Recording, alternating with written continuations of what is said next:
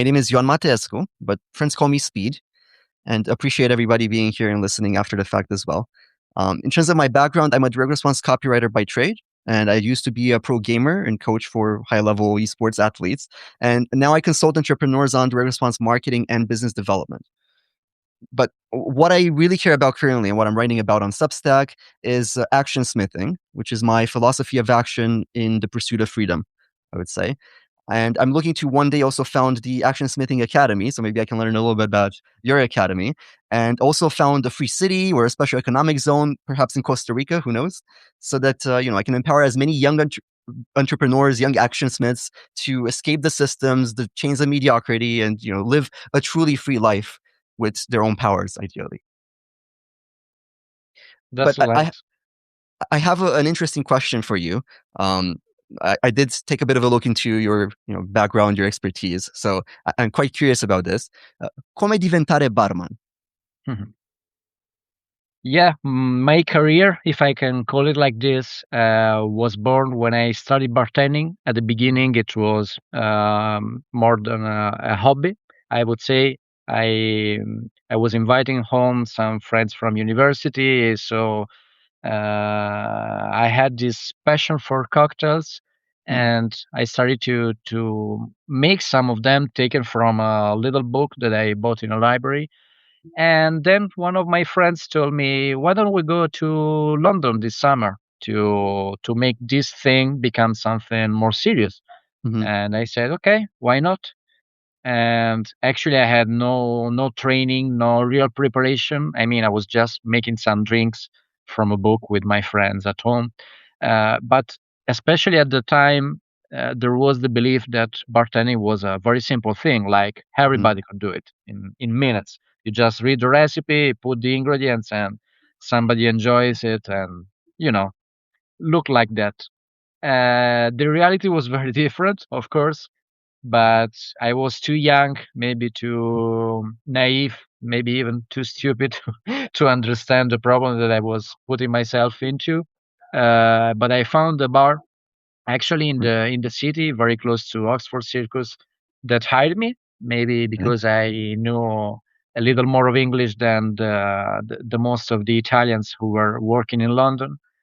And I saw immediately when I started to take a look at the club that there were real people, real bartenders working at the bar doing things that I had no idea how to do. Mm-hmm. So I had the luck to get a first training there inside of this club before starting to work.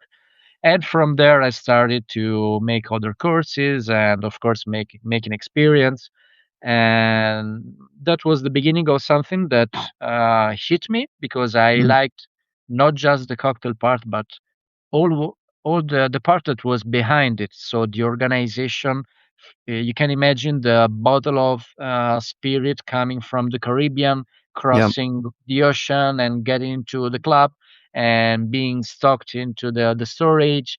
And then there was the bar manager working on the recipes and then selling these recipes at the bar and having your customer Mm-hmm. making compliments about it. I mean, there was so much behind that single drink that made me understand that it was an industry Right. actually. Right. So instead of selling shoes or video courses or consultings or whatever it was selling drinks and experiences Mm-hmm. actually. Yeah. So I continue to do this job even when I returned to Italy as a university student work. So while I was keeping studying, I was working as a bartender to maintain myself and be able to be independent economically. And then this thing grew up, becoming a bar that I managed during the summer season.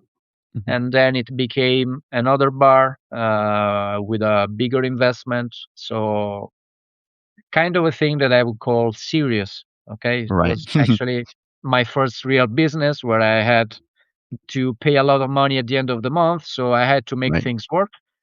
And that was the time when I learned that being good at doing something and being a good businessman are very different things. Yeah. So for the first year and a half, maybe two, I didn't see a euro in my pocket. It was all about reinvesting the little that I and my partners could make up for the effort. I was working really 80, if not 100 hours a week, um, trying to do everything from the bar, from being in the kitchen, being in the room, serving things, Right. and of course making little marketing and talking to clients who wanted to make reservations, and going to the bank, and all the bureaucratic things. Everything I was doing, just everything. And after that point, there was a switch where we reinvested some money to make organizational things work better and differently. So we progressively came out of the bar, out of the operational stuff, and Hmm. started to be, if not more entrepreneurs, at least more managers. Okay, Right. so that was the progress. Um, the income, the revenue doubled immediately. And after a couple of years, I sold that club. And more importantly, before doing that, I needed more personnel to work with me. So that's when I tried to hire some people, and that's when I understood that the system of working behind the bar that I was developing and that I developed for my bar to make it Hmm. work, and to make it work, especially on the business point of view, was different from what other people were doing in other clubs. So Okay. I realized that I had an original method of working, and that the only way to have other people doing the same things that I was doing was to teach that. So Right. that's how Mixology Academy was born. And in a very little time, after making a few courses inside the bar, I took a venue just for the school. At the beginning, of course, it was a very small venue, or kind of a garage, 85 square meters, nothing big. But from there, what I was doing, what we were doing with this small academy was making the difference in comparison to other kind of schools in the same field. And in a very few years, this first venue became a 600 square meters venue. So we grew Yep. up a lot. We hit the first million of revenue in a year, and Very nice. then we opened a new venue after the big one in Rome, another one in Milan that was even 700 square meters. So we definitely doubled not only the income, but more especially the people coming to make our courses, and developed, I would say, vertically the business. Hmm. So from the beginning, that there were just kind of basic advanced courses.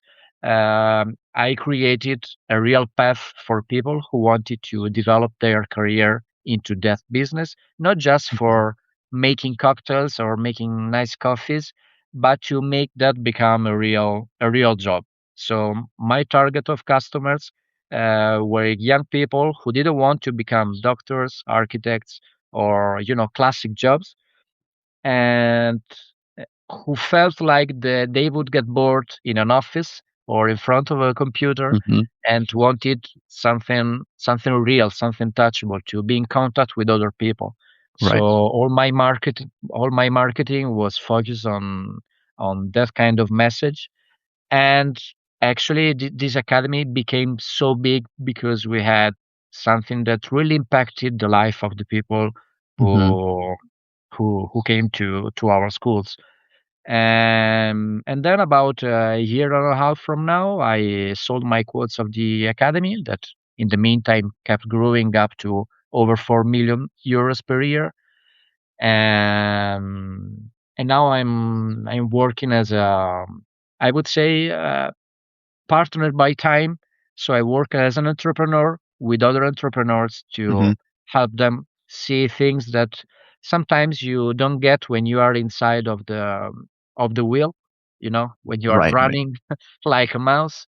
And I offer all the expertise that I developed through about 18, more than 18 years as an entrepreneur, to help other entrepreneurs keep doing things and keep doing better and keep growing. and without forgetting that there is not only the making of money, but especially living in the wild and enjoying your time, because we all know that he's not going to come back. Hmm. So I think this Right. is a very important part of what I do to help the entrepreneur, yes, develop the business, but without forgetting that he's in the center of that process, and he definitely has to make Hmm. has to create system that work for him or for her, Right. not Right. just for the money. Right. So you say the entrepreneur is in the center of the process. I've seen quite a bit in your writing on LinkedIn and on Substack that you talk about entrepreneurs being the bottleneck in their own business. Yeah. When did you first realize that you were the bottleneck at Mixology Academy? There was a very specific moment because, of course, to get students seeing Mixology Academy and saying, "Okay, I'm interested into making a course there," we needed marketing. Hmm. So since my first bar, I was the one who was dedicated to marketing, probably because I studied psychology at university. So I was into the mood of understanding what people think about and trying to use that understanding Yeah. to make them Great skill uh, for a barman. yeah, it was very useful, and actually working as a bartender was very useful to make that kind of skills better, Hmm. so I was into that kind of things, and and after the normal shift as a trainer, because of course at the beginning I was one of the only two trainers of the academy. I was working on marketing, and my partners saw that I was bringing results because every month we had more people coming and coming. And he said, "Okay, things are not going bad, but what if you start doing what you do that I understand nothing about it, but you do it like instead of in the night, instead of sleeping, you do it all day long. And I Hmm. cover your classes, and you train less and less and less, if not even nothing, and you just do and dedicate to marketing." And that moment was a big switch because, of course, instead of dedicating 2 or 3 hours in the night and then being tired all the day to do the things that I had and I needed to do, I was working full time on marketing. And this was the first moment of real skyrocketing the business. Right. Work hard and then surf. Yeah. Yeah, yeah. Actually, almost every day, even before this interview this morning at 7:30, I was already on the beach for Mm. my surfing session, and it's a cool way to begin your day because you feel at 9 o'clock, 9:30, whatever it is, that most of people start their day, you already did something that is remarkable, at least for Right. me. Of course, everybody has his things that can make their day. And when you have this feeling, the day is already on the right mood, on the right path, and I have more energy for doing my things. And it's not like getting to the end of the day and saying, "Okay, maybe I should go to the gym. It's good Mhm. for my health. It's good for me. Then I will feel better, but I'm tired. I don't want to." Uh, Switching this kind of things and becomes m- becomes like a priority for me to make myself feel better. Because if I Right. feel better, I work better and I Mhm. enjoy more in general my time, my days, and it's a big change. And I think most of people undervalue their own point of view. Mm. I mean, you could do the very same things, but a little change could make you see the very same things in a different way, and Yeah. that way of looking could make your mind thinking in a Mhm. different way, in a different mood with more positivity, and saying, "Okay, I worked a lot, but my day was really cool. I mean, I did cool things. I went surfing. I went out to see the sunset. I did this. I did that, and I produced money. So Mhm. that's Right. my kind of Speaking idea." of perspectives and looking at things in a different way, from the outside, leaving a company doing 4 million a year to go surf and be on the beach in Costa Rica, that sounds wild, right? But digging a bit deeper into that structurally, what did you actually have to untangle, in terms of equity multiples, your team, leadership, brand, marketing, negotiations, and the personal doubts that you had in that moment to make that exit a reality? Before moving to Costa Rica, I was still had Mixology Academy because I moved here 6 years ago, Hmm. like fixed. But I've been coming to Costa Rica and started to feel like I wanted to move here 12 years ago. Okay. And as I mentioned before, I sold my quotes only a year and a half before. So the process was this one. I came here after my first burnout when Mhm. I opened the first big venue, because Okay. as I said before, I was doing everything. And even when the marketing was going well, I was still in a phase that I was doing everything in the marketing. So it was Hmm. bringing, of course, more results, but it was still all about me. And especially in countries like Italy, entrepreneurship is definitely all about bootstrapping. Hmm. So it's very, very, very hard to get financing and Yeah. people investing in you, especially when I was doing that stuff. So we are talking about 15, 18 years ago. Mhm. Now it's already a little bit different. I see more angel investors and stuff like that, but I can assure you that 15 years ago there was nothing about that. So that means that our growth had to be made with the cash that we were getting from clients day by day. Right.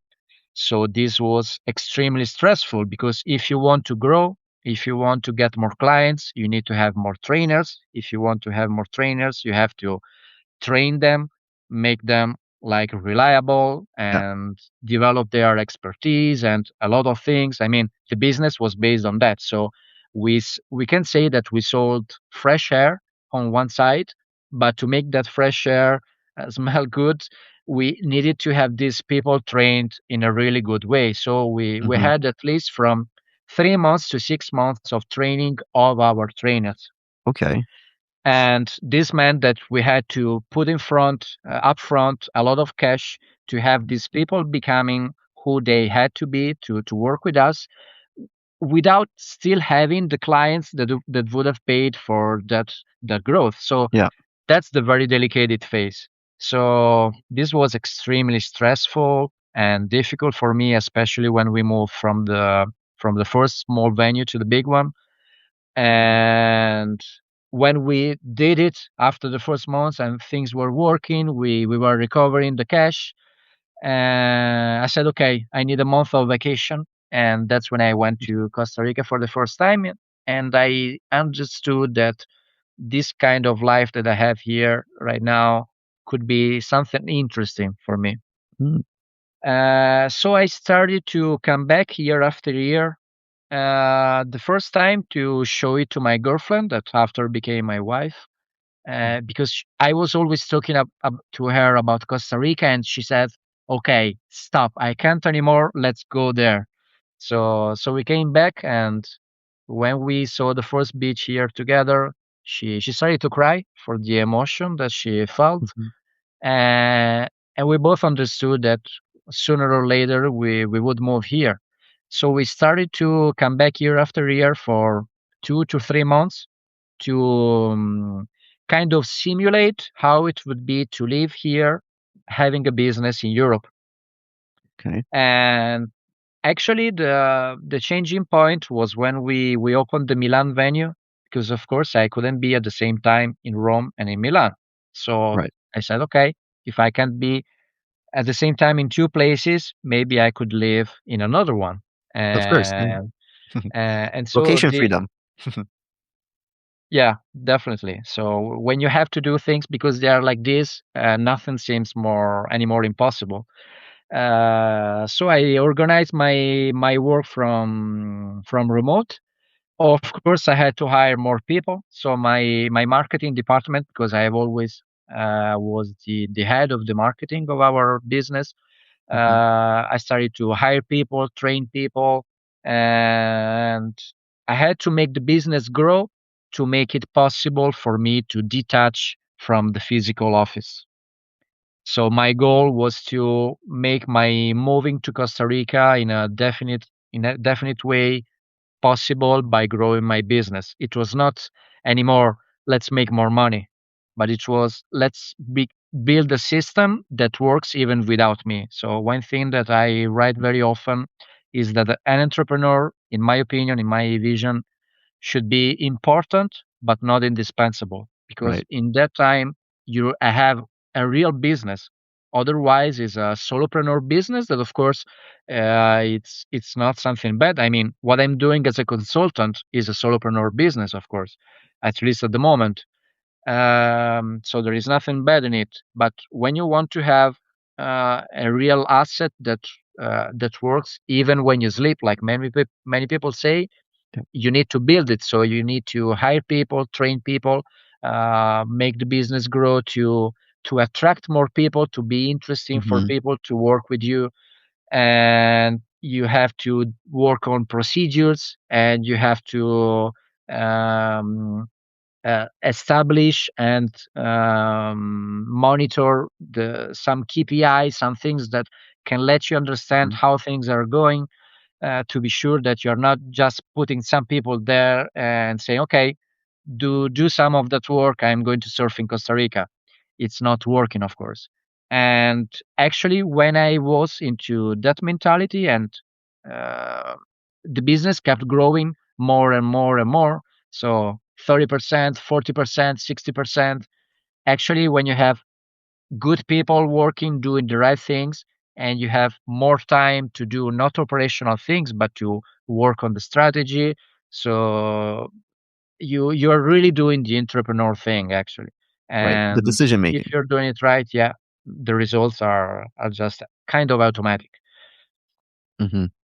Got it. So just to close the to close the subject, um, the assets and the people made it possible for me to actually move here.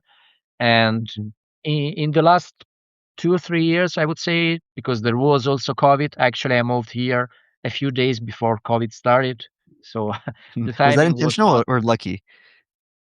No, not intentional, because the first news about COVID started when I was here since a week or two. Mm-hmm. And when it became reality, I was like, no way. I mean, I dreamed about moving here for 4 years, and now this thing is happening. I mean, it was kind of a nightmare, and I was also waiting for a baby. And of course, with COVID, all the schools were closed for most of the time. So Mm-hmm. I had to think about how to make that business survive even without being able to be a physical business. So it was tough, but actually, even in 2020, the revenue of the business grew up by 7.8%. So it means Mm-hmm. that we faced very well the crisis, and we did some good things. And then we started again to do 22% in 2021, plus 30% the year later, 43% the year later. And Very good. yeah, so but then the idea of shaping my life the way that I wanted brought me to detach from what Mm-hmm. I physically abandoned. But it's part of the path, I would say. Things change. My baby was 18 years old, so it was time for it even to work on its own. And I think this is kind of the meaning even as a of success as an entrepreneur, when I say important but not indispensable. Mm-hmm. So, for example, the last year without me, the business grew up only by 4%. That compared to the previous year, plus 43%, it's not so nice, but it's still working. It's still growing. It's still going, even if I'm not there anymore. So I feel like this kid will make mistakes without my guiding, but it's going on its way. So I Mm-hmm. can work on another baby, on another thing, on another project that can bring me more enthusiasm than a project that has already 18 years old. Yeah. Has matured. So Mm-hmm. yeah. Yeah, that's a very healthy way of looking at it. I haven't actually thought about it in that way. Haven't really gotten to that point where I can say, "Hey, my baby has grown, it has matured. It's time to let them go and see where they end up in." Um, Yeah, very, very interesting. You mentioned, some periods of your life, yeah, have been nightmares, but you've managed to make the nightmares stop, from what I can tell. And you've been describing Costa Rica as living the dream, in contrast of, from what I've seen in some of your LinkedIn posts, that you were feeling like a voodoo doll, or you were terrified of failing, and there's overwork, overwhelm, over worry, and all of these, normal, I would say, feelings that entrepreneurs go to at various stages in their growth. So I'm curious, after you've gone through all of this, what makes this new context that you find yourself in right now in Costa Rica free and dreamlike for you? Uh, I would say that I faced many times a big risk of failure, especially when I had the first bar. Every month, I didn't know if I would be able to pay my bills. So I was working in a very stressful way because I was doing 14, 15, 16, 18 hours a day without knowing if that was going to be enough. And I think there is not a worse nightmare for an entrepreneur, a businessman, or in general, a person who is trying to survive. No, I mean, it's not like, okay, I can do just more and things are going good. No, you can work even 24 hours a day and not sleep for a month, an entire month, and not knowing if that is going to be enough. Hmm. So that kind of stress trained me a lot to face crisis. And I believe it was very useful even with COVID. COVID was special because I was about to have a baby and we didn't know at the beginning how the world would have changed. Of course, I had a physical business and that could die in a very few months if Hmm. I wouldn't have found a solution. So one of the things that I did, for example, in that moment was to uh, try out and try to develop three way outs. One was, what can I do now to get some cash flow and gain time? Hmm. So we started to sell courses in advance. We started to develop new programs that could be interesting for those people who were not working in that moment, but that could make them grow in the vision that one day things would have gone better. We developed immediately a system of online courses that was not just a class on the video, but it was all live, so people could interact with the trainers. So it was not a registered video course. And more importantly, we imported from Poland some workstations that are the real bars where people train, where bartenders work to learn how to work. That could be compacted into a bag, and they were kind of costly, but we had these people all around Italy, and even some were living out of Italy, and we were sending them these super bags that were like Hmm. transformers. So in a minute you had the bag becoming a real bar station, and that made the level of this kind of video courses very high, and this was one of the key points of keeping the business going in that specific moment. So that was one solution. The other Hmm. solution was, okay, what if things don't work out and don't return to normality in 6 months, 1 year, a couple of years? So I started to work into a new brand that would be like the inherit of Mixology Academy if Mixology would have died in that Right. moment. Because one dramatic thing that we all should remember and think about as entrepreneurs is that every business is destined to die sooner or later. Okay. Yep. So we have to be smart to understand when it's time for a business to die in order to leave space for another one to grow into a different market, a different Hmm. situation, and have a new life to grow. I mean, it's life. It's not just for business, it's for nature. And we as humans have to think about that. I Hmm. believe that that's the reason why we have kids that are smarter than us usually. So it's the evolution, and we have Yep. just to face it, accept it, and behave intelligently to to react instead of just wait and crossing fingers, hoping that things will just work out the way they are. Right. So not evolving and not reacting to what happens around you. It's a very bad habit for an entrepreneur, I think.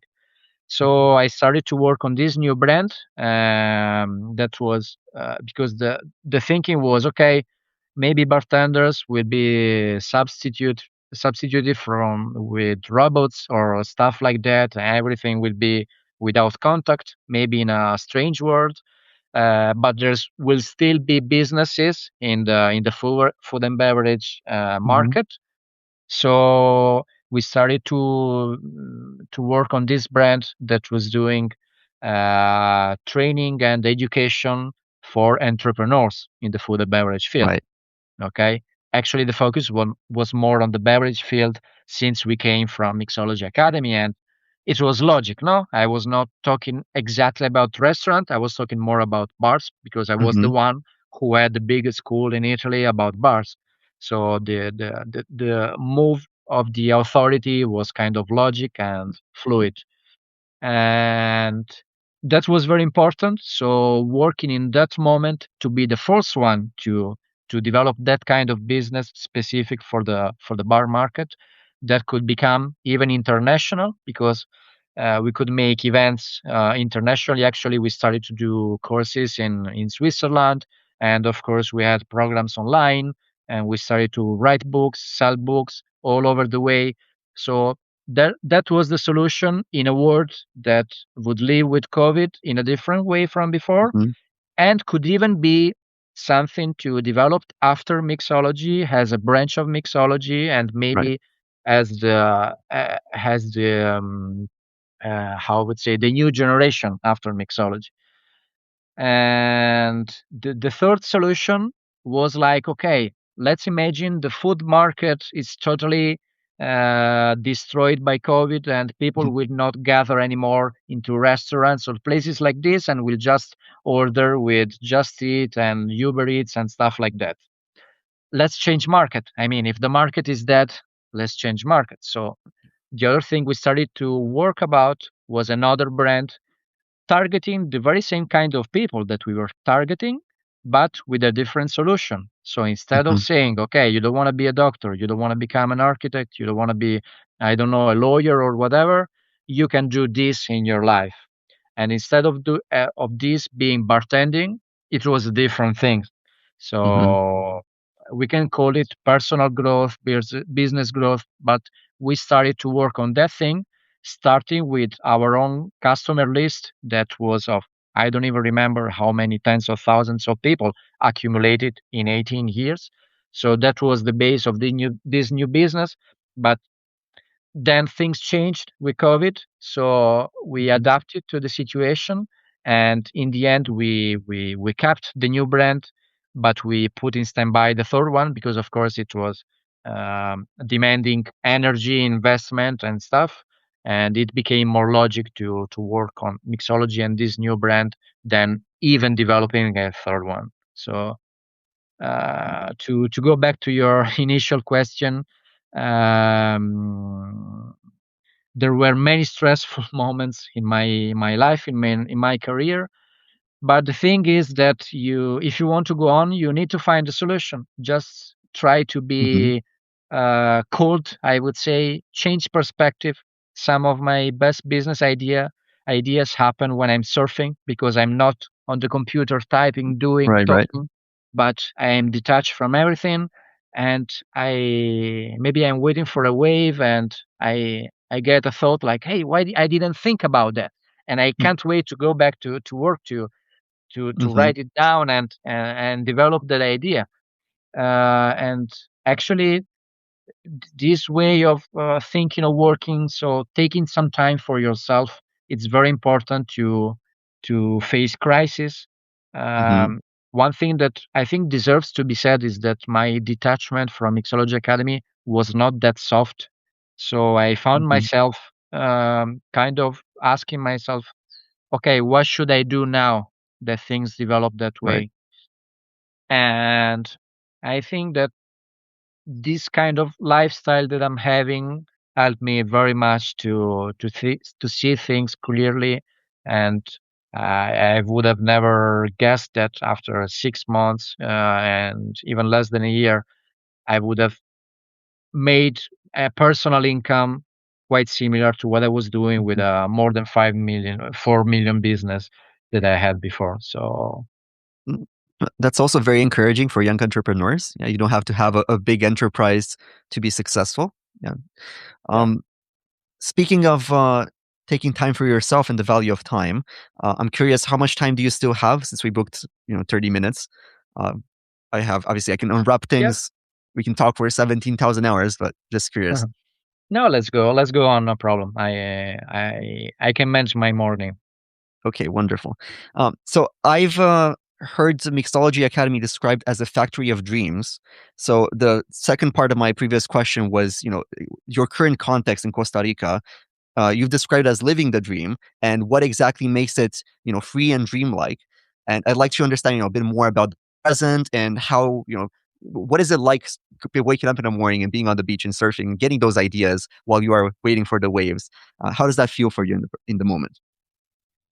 I remember many times when I was still in Italy, especially the last years in Milan, because when we opened in Milan, I was heading that venue.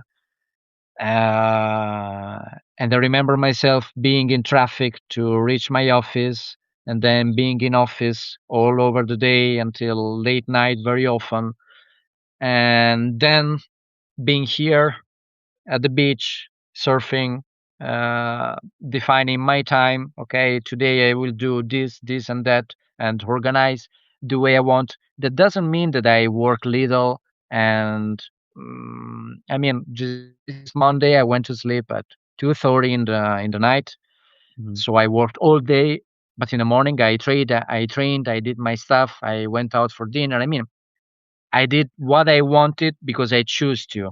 And Right. I think freedom it's more than having a lot of time for doing everything, is the chance to choose how to use your time. Hmm. So instead of depending always on, okay, I have to go to the office and stay at least 8 hours, and then I have to do this, and then I have to do that because I have to. Right. And thinking more like, what would I like my day to be like? So what would be my perfect day? If this was my last day on this world, Hmm. how would I do? How would I live it? Maybe I wouldn't work even 1 hour if I knew it was my last day, but in general, what wouldn't I miss?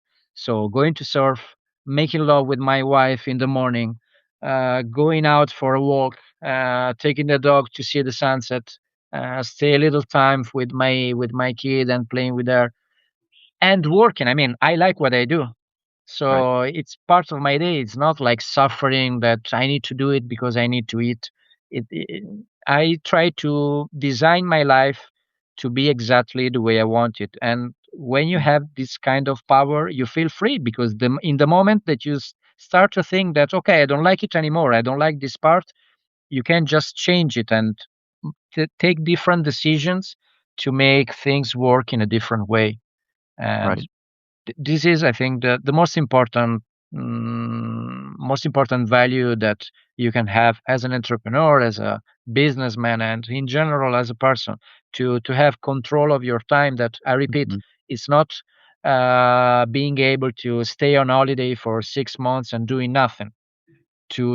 I would get crazy after 10 days. I mean, if I go on vacation and I don't work, and I don't work on a project, I don't write, I like so much writing books and stuff like that. If I just if I would surf all day every day for 10 days without working, it would become kind of boring. I mean, Right. I like to be that to be part of my day, but not only that. So the chance to be, and the freedom to be able to say, okay, in the morning I go at 7:30 surfing and then I start working, for me is priceless. Hmm. Right. So the value of the freedom of choice Yeah. and not having to do things just because you have to. That echoes quite a bit my own background in terms of going into entrepreneurship. I really hated that, in school, not understanding why are we learning these things? What is the purpose of the things that we're doing? why am I supposed to go visit my grandpa on this particular day? Nobody would explain anything to me. And I had to come up with my own reasons, my own justifications. And I felt like I lacked agency throughout most of my journey in the early years of life. And then as I entered adulthood, I finally discovered, I can actually have control over the things that I do. And of course, there are consequences, there are responsibilities, but it's my choice and it's my decision to do these things and feel like I actually have an effect on reality. And it's my environment. I have my own place. If it's dirty, it's because I didn't clean it up, right? Um, it's a very different understanding of the world, right? Of reality when you have this new context that hey, you actually have the possibility of changing things. You're not just someone that follows over someone else. And I'm curious on this idea. I've seen you be quite critical of the traditional path, right? Of going to school, going to university, following in the parents' footsteps, and listening to authority, and all of that. And I very much resonate with that because that's what pushed me towards entrepreneurship. And I'm curious if you were to speak, to a young entrepreneur or someone who is just now considering whether they should go to university or start a business or build a valuable skill, what would you say to them or how would you encourage them to find their own path in life? I believe that it's important for everybody to do what they feel. So I would never critic somebody who feels like, okay, I want to study that subject, and I believe that university is good for that, because of course mine is not. I wouldn't call it a critic on the university system, but I would just say that it was not fit for me. Hmm. And when I created Mixology Academy, I noticed that there were many people who had the same feeling as me. Actually, my father, he's a doctor. So when I use that example, is about my life. So that academy was actually selling my personal path and what I Hmm. lived in first person. And probably that's the reason why it hit so many people. And these people felt like, hey, this guy is talking to me. And of course not everybody has the same thoughts and the same feeling about this stuff, and it's normal. I mean, if we if all people were like me and the people living here in Santa Teresa would have a population of 6 billion people. So Hmm. it's good not to be like that. So and uh, when you hear somebody who has already done something give you a suggestion, you can take it as granted, or you can decide to try it out. Hmm. When you try things on your own in first person, of course you have a different idea. And I think that listening to other people's suggestions is more like understanding what sounds reasonable and interesting to you. Hmm. But if a young people would listen to us right now, and maybe this guy is about who has just started university, because he or she thinks that that's the right thing to do, I would say, okay, go and give yourself the chance to make a mistake, because it's from mistakes that we have the possibility to learn something that it's really valuable. We, I had a partner in the past who was studying a lot. I mean, a job partner. He was studying all the day, all the time, and he knew a lot about everything, but he was never applying. So he was behaving like he had the knowledge of the world, but then when there was a moment to do things, he didn't know where to start from. I mean, he didn't Hmm. have real Right. knowledge. So that's not something that I would ever suggest to people. You have to live. You have to make mistakes, Hmm. and that's very important. One thing that I don't like, for example, from most of entrepreneurs, especially, is the mentality of blaming other people or other stuff, Right. like blaming the market, blaming COVID, Hmm. blaming the customers, blaming the competitor who went up with a new product or service. It's the market, it's life. It's you that have to adapt yourself to Right. what happens all around you. So making mistakes is a way to understand what you should do and how you should adapt. So everything is very connected. And I think this is true not only for businessmen, but even for people who maybe choose a university career and a Hmm. standard job, if we can call it like that. So a 9 to 5 job.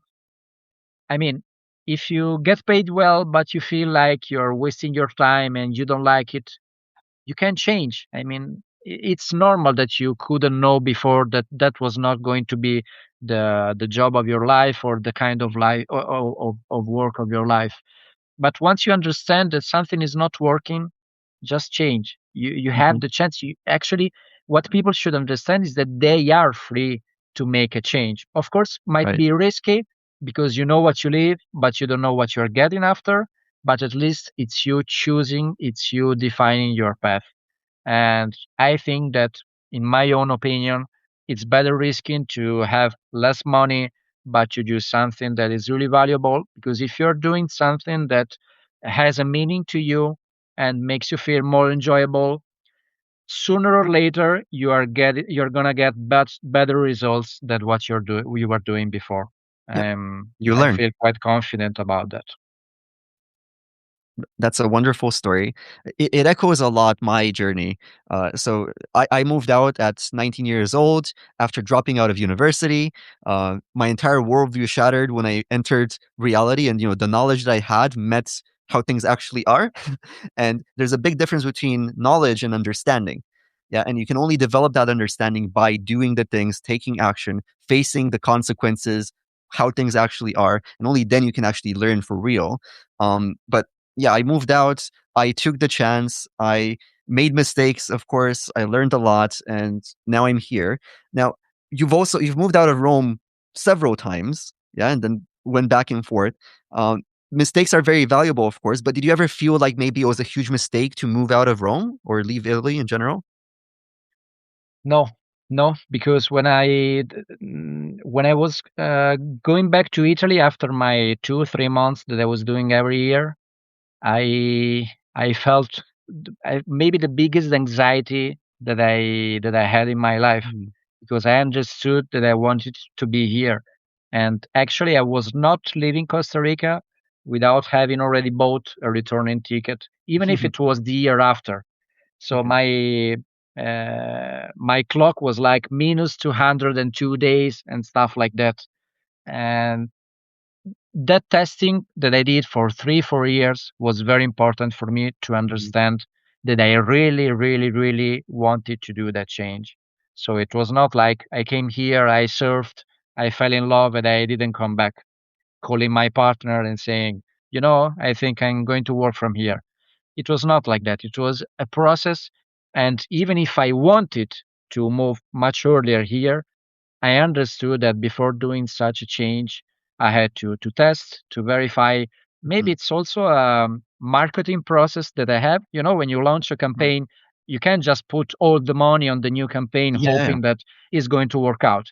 You make some tests, you see, you monitor, you take a look at the KPIs day by day, and then maybe you put more and more and more.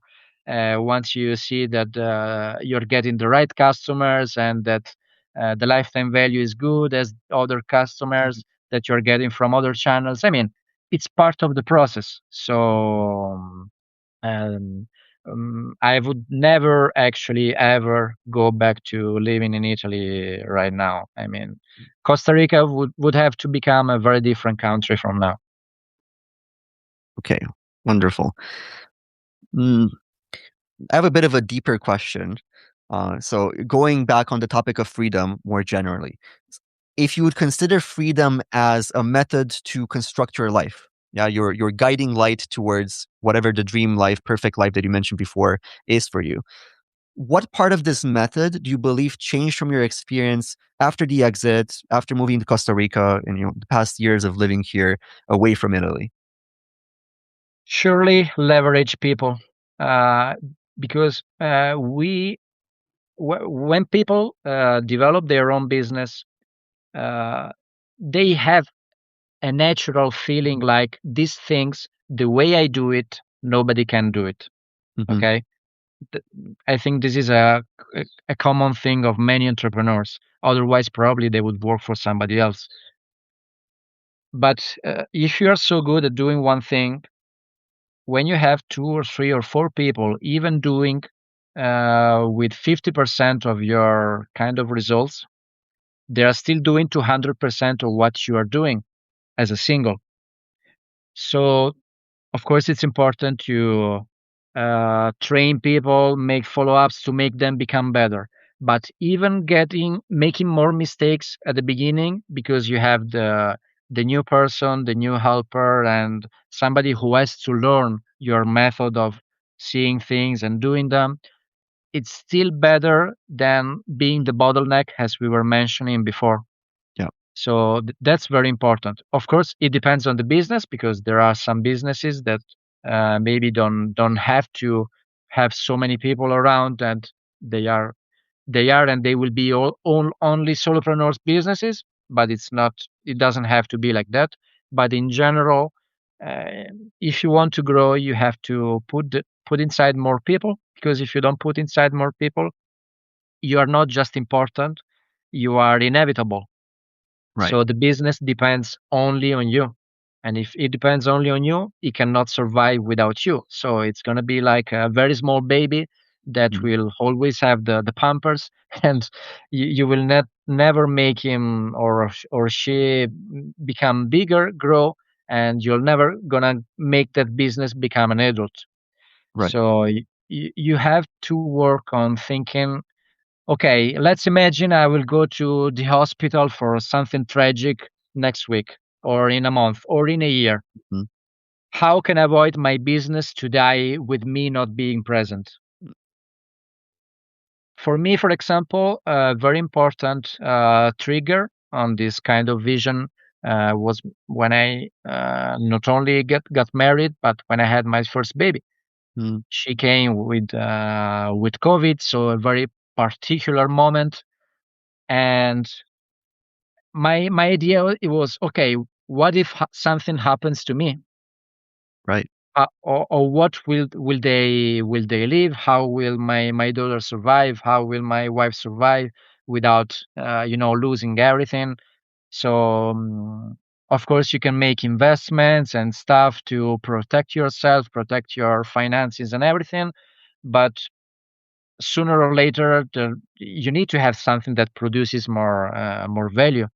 And that was very important for me to start thinking that way. So to think about what's the worst case scenario that could happen to Mhm. me in this moment. When you think about it, even if it doesn't happen, of course, better if it doesn't happen. But if it You are does prepared. happen, Mhm. yeah, you're prepared. And actually, even when I sold my quotes, I was already prepared to a situation where my business could fail. COVID Mhm. told me that it could fail in months. So I was already ready for something that would come after that business. And when you have people, those people can keep working even when you are sleeping, when you are doing something else, when you are focusing on strategy to make the business grow. So it's not about, okay, if other people work, I can go surfing and not Mhm. caring of anything. It's like when I stopped doing trainings in first person, I could focus on the marketing. Focusing on the marketing made the company double and triple in a couple of Yeah. years. So it's about using the time that we have that is limited, so it's not coming back, in the very best way to get our target. If our target is not to work more than 6 hours a day, let's not stress and let's do what you can. But if the idea is to change your life, move to another country, or get that super villa because it's your idea, I mean, everybody has his own dream. I don't critic nobody, but whatever it is, you have to be smart to be able to get to that result. So Mhm. it's not about doing more. It's not about doing everything because you're the number one, the best one. But it's about being smart on, if I do this alone, will I get the same result in the same time as doing it with other people helping me, even Yeah. at 50% of my capacity of effort? Probably not. Right. You mentioned, the idea of raising a child, and that a business is very similar to a child. And there's this saying that you need a village to raise a child. And Mhm. you can't do it alone. It's very clear. And I've always been a very starch individualist. So for me, the individual is primary, is very important, but that doesn't mean lacking community. For an individualist to thrive and to be free and to succeed in society, they need to be part of society, right? They need to have a community. They need to have people around them that complement their skills, their strengths, and their weaknesses, and together you can build something greater. And I feel like a lot of people miss this, especially nowadays in society. There's a lot of conflict, different sides, left and right, male and female, a lot of different weird conflicts that don't make any sense because we all live on the same world. We all are looking to build a more prosperous, peaceful society for everyone. I don't really understand, why we have to find all of this conflict. If only we could just accept that we all want the same thing in life. And I'm curious from your perspective, since you're talking, about advice for the young entrepreneur, people who are just now finding their path. Um, there's a lot of people that I assume would want to follow in your footsteps, start their business, maybe build a skill that they can leverage into a course or an academy or something of that sort.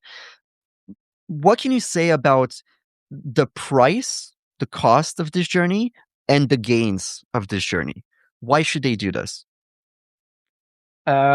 When the business started to grow, and I, as a brand ambassador, was starting to become famous in my niche, of course, uh, I started to get a lot of critics, of course, from people of the other schools and the market, and people who maybe tried to do something similar but never succeeded. I mean, in 10 years, we got something like 50% of the market in Italy, starting from zero, and we were not absolutely the first school of bartending in Italy.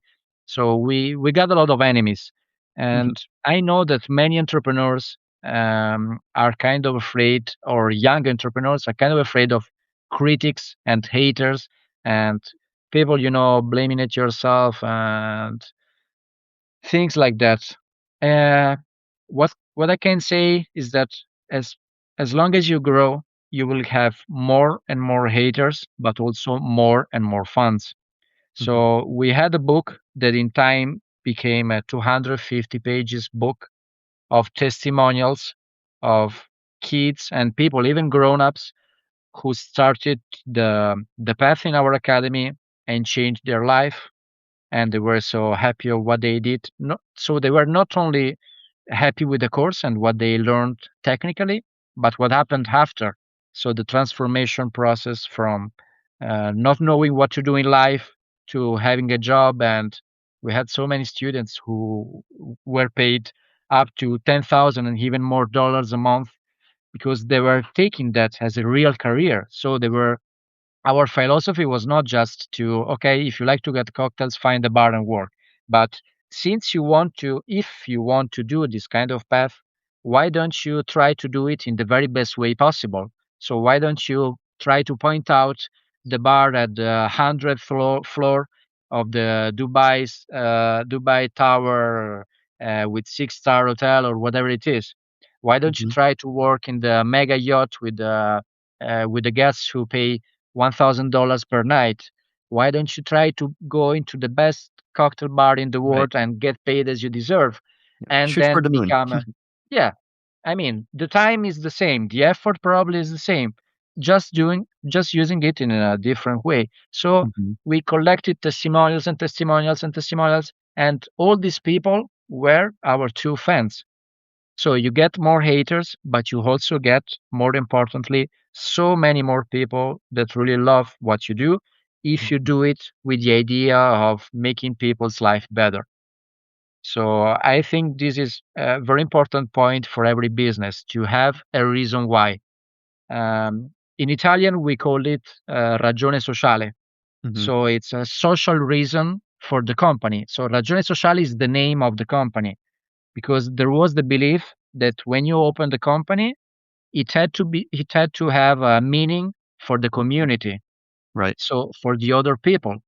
And sometimes we tend to lose this idea, and just to develop a business to make money for our own survival, to our own success. But if we get the idea of solving people's life problems, of course, the bigger the problem, the better solution and the better revenue from that. But apart from that, you really change people's life. So this becomes a trigger even more important than money.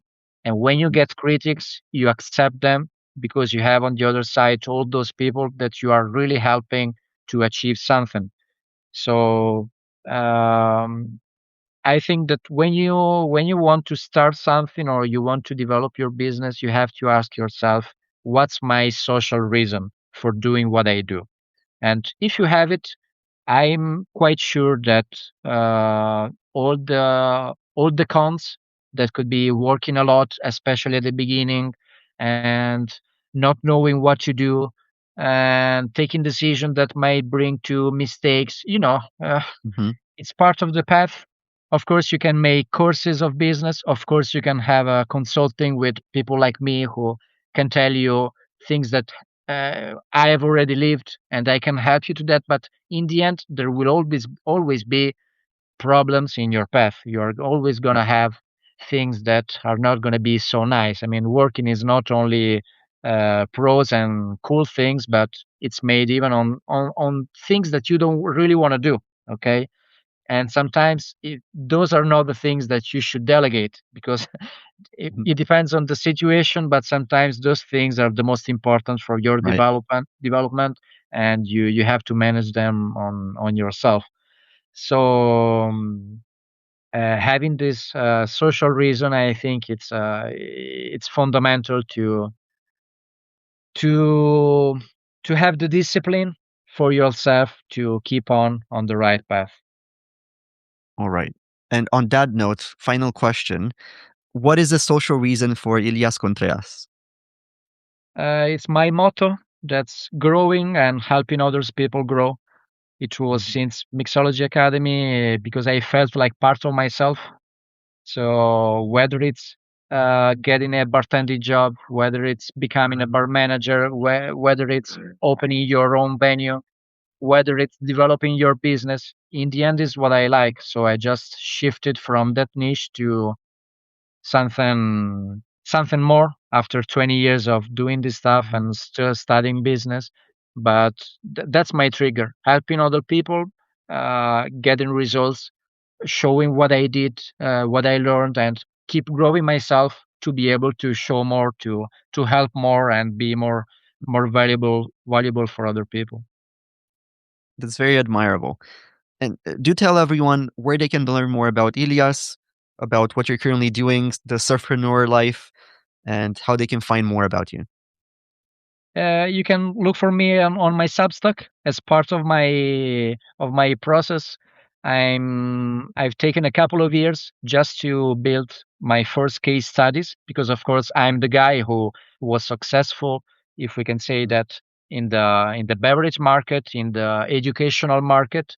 But what I needed to do, not only to be credible, but to be for myself in first person, was to challenge myself with other sectors, other markets. And at the moment, I've already been working in 12, 13 different markets and getting very cool results, very big pluses and growth of businesses that I didn't even know existed before.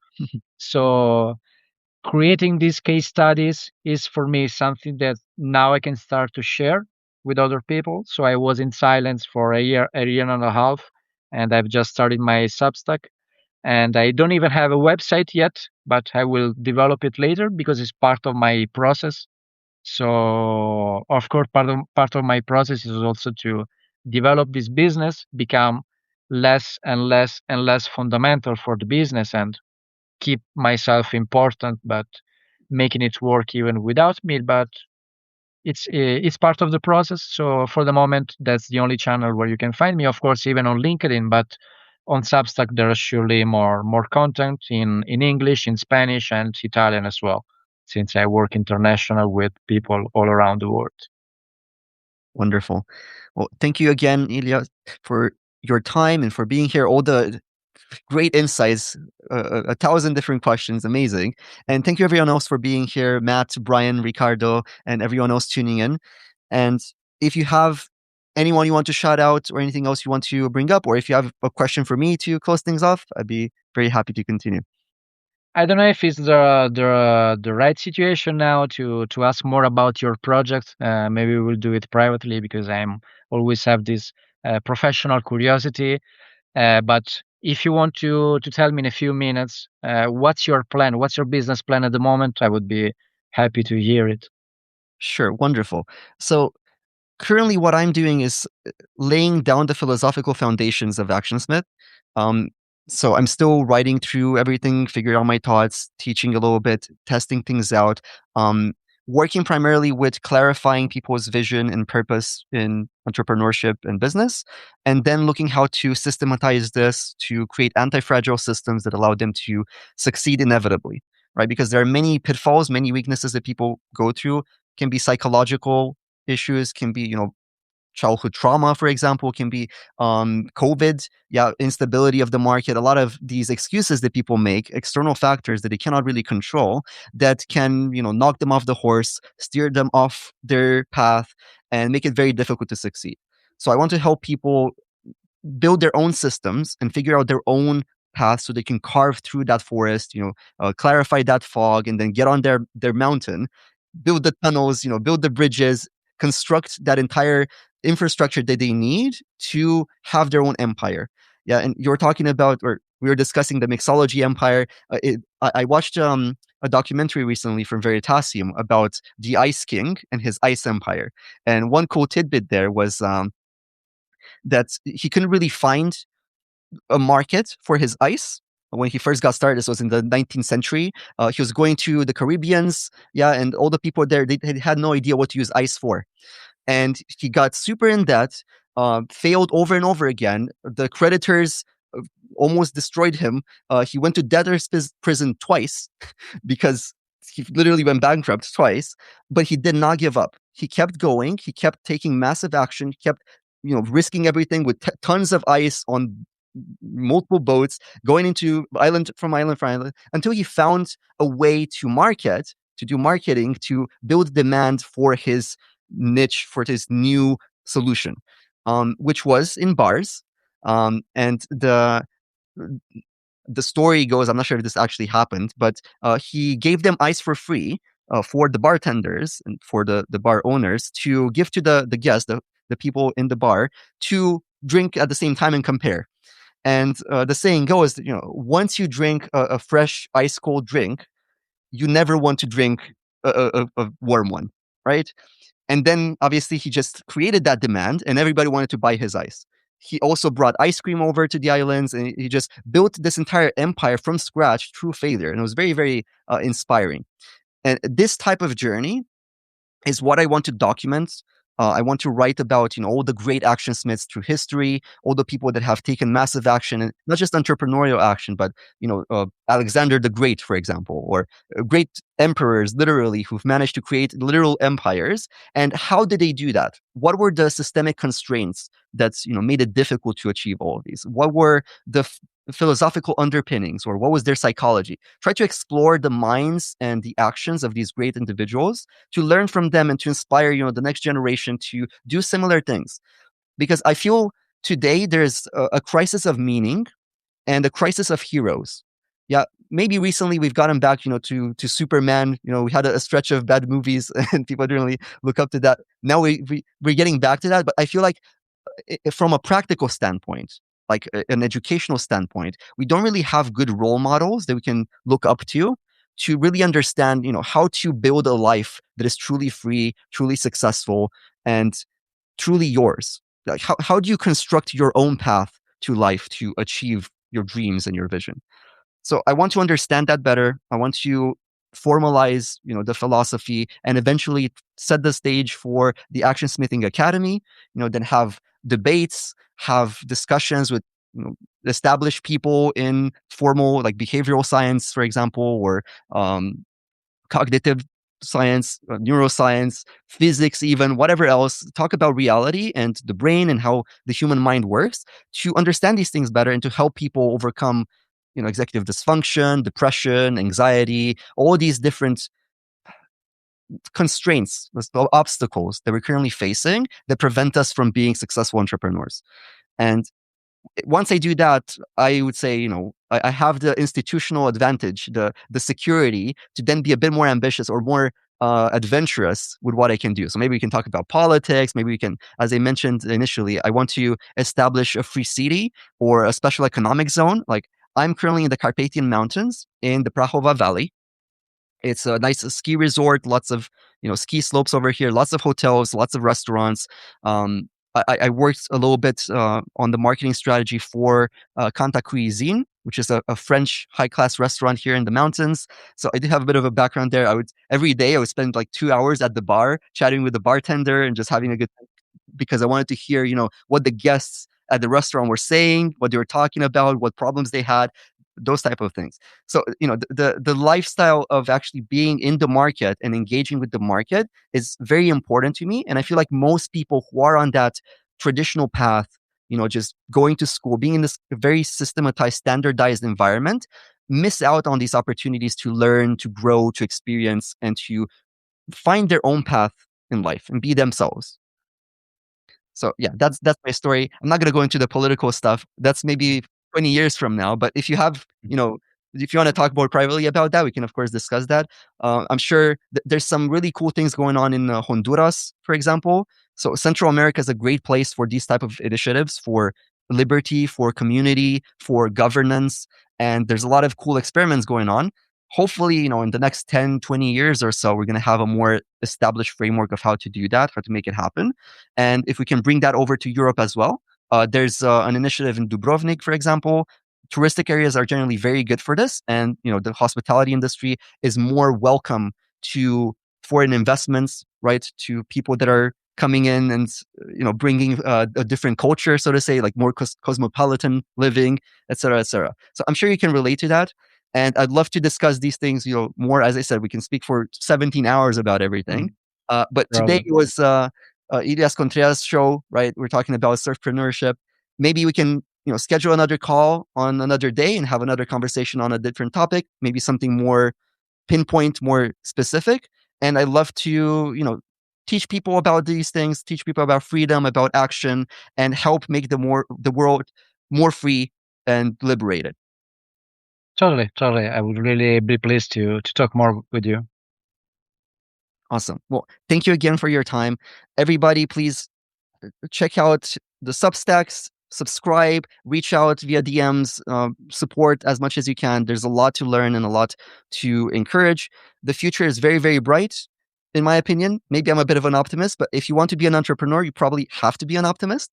uh, and yeah, looking forward to meeting more people and learning more about the world. Thank you very much. Thank you for your time. It was a pleasure to be here today. Goodbye. Bye.